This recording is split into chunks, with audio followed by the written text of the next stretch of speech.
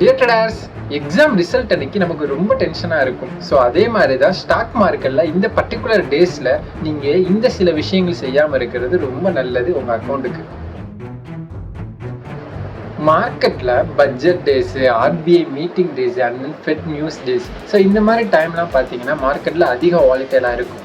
நீங்கள் ஒரு இன்டர்டே ட்ரேடராக இருந்தீங்கன்னா இந்த மாதிரி டைமில் உங்கள் பொசிஷன் மேபி உங்களுக்கு அகெயின்ஸ்டாக போகும்போது ஒரு ஷார்ட் டைமில் வால்யூம் கிரியேட் ஆகும்போது பெரிய லாஸஸ் வர்றதுக்கு சான்சஸ் இருக்குது. ஸோ அப்போ நீங்கள் என்ன பண்ணுவீங்கன்னா எமோஷ்னலி ஓவர் ட்ரேட் பண்ண ஆரம்பிச்சிடுவீங்க. இந்த ஓவர் ட்ரேட் உங்களுக்கு பெரிய லாஸஸில் கூட போய் விடுறதுக்கு சான்சஸ் அதிகம்.